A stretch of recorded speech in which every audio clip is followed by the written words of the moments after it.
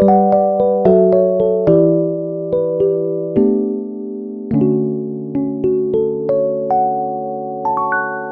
함께 묵상할 말씀은 열왕기하 21장 1절에서 13절까지의 말씀입니다. 므낫세가 왕이 될 때에 나이가 12세라. 예루살렘에서 55년간 다스리니라. 그의 어머니의 이름은 헵시바더라. 므낫세가 여호와 보시기에 악을 행하여 여호와께서 이스라엘 자손 앞에서 쫓아내신 이방 사람의 가증한 일을 따라서 그의 아버지 히스기야가 헐어버린 산당들을 다시 세우며 이스라엘의 왕 아합의 행위를 따라 바알을 위하여 제단을 쌓으며 아세라 목상을 만들며 하늘의 1월 성신을 경배하여 섬기며 여호와께서 전에 이르시기를 내가 내 이름을 예루살렘에 두리라 하신 여호와의 성전에 제단들을 쌓고 또 여호와의 성전 두 마당에 하늘의 1월 성신을 위하여 제단들을 쌓고 또 자기의 아들을 불 가운데로 지나게 하며 점치며 사수를 행하며 신접한 자와 박수를 신임하여 여호와께서 보시기에 악을 많이 행하여 그 진노를 일으켰으며 또 자기가 만든 아로색인 아세라 목상을 성전에 세웠더라. 옛적에 여호와께서 이 성전에 대하여 다윗과 그의 아들 솔로몬에게 이르시기를 내가 이스라엘의 모든 지파 중에서 택한 이 성전과 예루살렘에 내 이름을 영원히 둘지라. 만일 이스라엘이 나의 모든 명령과 나의 종 모세가 명령한 모든 율법을 지켜 행하면 내가 그들의 발로 다시는 그의 조상들에게 준 땅에서 떠나 유리하지 아니하게 하리라 하셨으나 이 백성이 듣지 아니하였고 므낫세의 꾀물 받고 악을 행한 것이 여호와께서 이스라엘 자손 앞에서 멸하신 여러 민족보다 더 심하였더라. 여호와께서 그의 종 모든 선지자들을 통하여 말씀하여 이르시되 유다 왕 므낫세가 이 가증한 일과 악을 행함이 그 전에 있던 아모리 사람들의 행위보다 더욱 심하였고 또 그들의 우상으로 유다를 범죄하게 하였도다. 그러므로 이스라엘의 하나님 여호와가 말하노니 내가 이제 예루살렘과 유다에 재앙을 내리리니 듣는 자마다 두 귀가 울리리라. 내가 사마리아를 잰 줄과 아합의 집을 달인 보던 줄을 예루살렘에 베풀고 또 사람이 그릇을 씻어 엎음같이 예루살렘을 씻어버릴지라.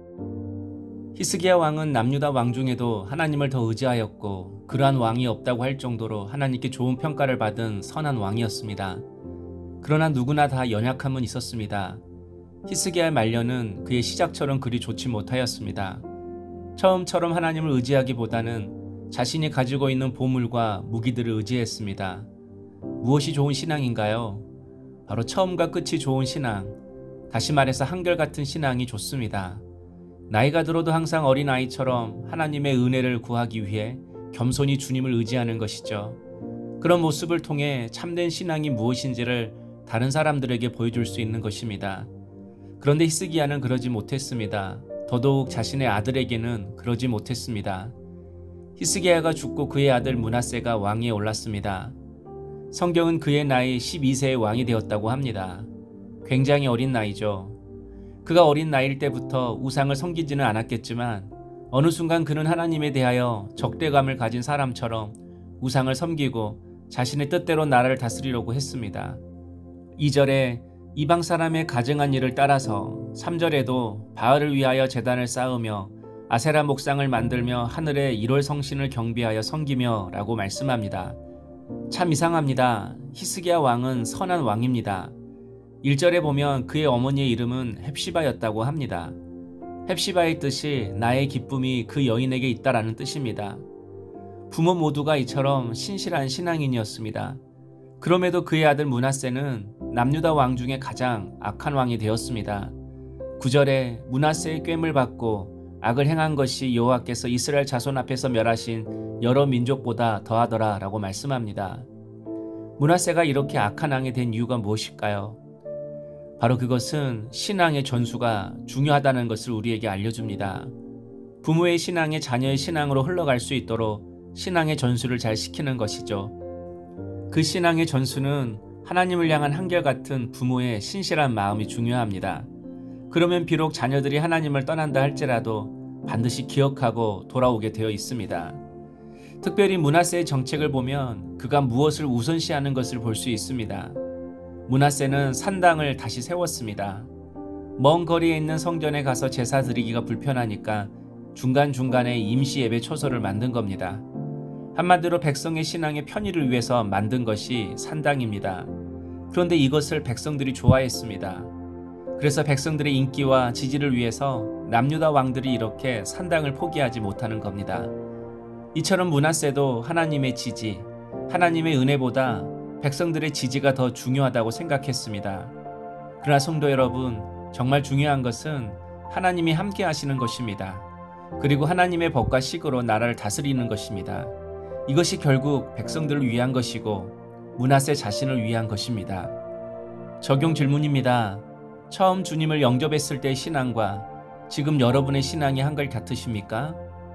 자녀들에게 좋은 믿음을 전수하기 위해서 신앙의 편의와 편리가 아닌 신앙의 원칙대로 하나님을 믿고 섬기고 있으십니까? 이런 므낫세의 악행으로 인해서 하나님은 심판을 경고했습니다. 13절에 보면 내가 사마리아를 잰 줄과 아합의 집을 다리 모든 추를 예루살렘에 베풀고 또 사람이 그릇을 씻어 어품같이 예루살렘을 씻어버릴지라 라고 말씀합니다. 이제까지 하나님은 북이스라엘과 남유다를 똑같은 잣대로 평가하지 않았습니다. 남유다에게는 다윗과 하신 언약이 흐르고 있었기 때문입니다. 다윗의 자녀에게서 왕위가 계속해서 이어질 것이라고 하나님이 다윗과 약속해 주셨던 것입니다. 그래서 다윗의 가문이 무너질 위기가 왔어도 하나님은 결국 다윗의 가문을 보호하시고 대를 잇게 해 주었습니다. 그런데 이제는 북이스라엘을 대하던 잣대로 똑같이 판단하시겠다고 하십니다. 사랑하는 성도 여러분, 하나님도 우리를 대하시는 잣대가 다릅니다. 그 잣대는 사랑입니다. 긍휼입니다. 이유가 뭐죠? 바로 예수님과 하신 하나님과의 언약 때문입니다. 그러므로 내가 잘해서 지금 여기 있는 것이 아닙니다. 예수님과 하신 언약 때문에 하나님께서 우리를 사랑의 잣대로 판단하고 계시는 것입니다. 그러므로 예수님의 그 십자가의 사랑을 잊지 말아야 합니다. 우리가 주님의 보혈 아래 있음을 기억해야 합니다.